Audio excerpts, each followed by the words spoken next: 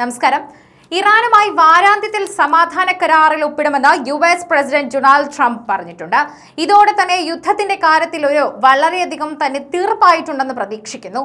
Trump ഇത്തരത്തിൽ പറഞ്ഞെങ്കിലും ഇറാന്റെ ഭാഗത്തു നിന്നും ചെറിയൊരു പച്ചക്കൊടി കാണിച്ചു എന്നതൊരു ചെറിയ സംശയം തന്നെയാണ്. എന്നിരുന്നാലും നമുക്ക് ട്രംപിന്റെ വാക്കുകൾ വിശ്വസിക്കാനാകാത്തത് കൊണ്ട് തന്നെയാണ് ഇറാൻ ഒരു തീരുമാനമെടുക്കാൻ സാധിക്കാത്തത്. ഇതിനു മുൻപും ഗസയിൽ പോലും പലപ്പോഴായി ട്രംപ് ഇത്തരത്തിൽ വെടിനിർത്തൽ പ്രഖ്യാപിച്ചിട്ടും ഇസ്രായേലുമായി കൂടിച്ചേർന്ന് ഇസ്രായേലിനെ വെടിവെക്കില്ല എന്ന് പറഞ്ഞിട്ട് പോലും ആ നിമിഷം തന്നെ അവിടെ വെടിവെയ്പ് നടന്നിട്ടുണ്ട്. അത് നമ്മൾ കണ്ടിട്ടുമുണ്ട്. യൂറോപ്പിൽ സമാധാന കരാർ ഒപ്പുവെക്കുമെന്ന് ട്രംപ് പറഞ്ഞിരുന്നു. ഒപ്പുവെക്കൽ ചടങ്ങിൽ വൈസ് പ്രസിഡന്റ് JD വാൻസ് പങ്കെടുക്കുമെന്നും US പ്രസിഡന്റ് കൂട്ടിച്ചേർത്തു.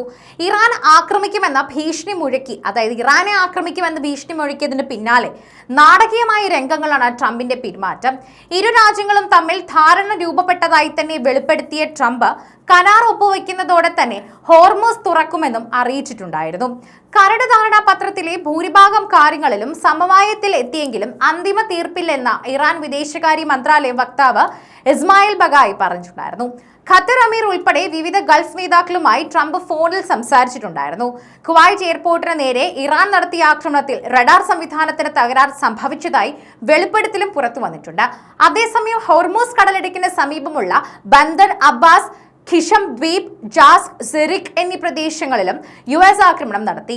ഇതിനു മറുപടിയായി ബഹ്റൈനിലെ US 5ാം കപ്പൽ പടക്ക് അതിനേരെയും ജോർദാനിലെ US വ്യോമ കേന്ദ്രത്തിനെതിരെയും IRGC മിസൈൽ ആക്രമണം നടത്തിയിരുന്നു.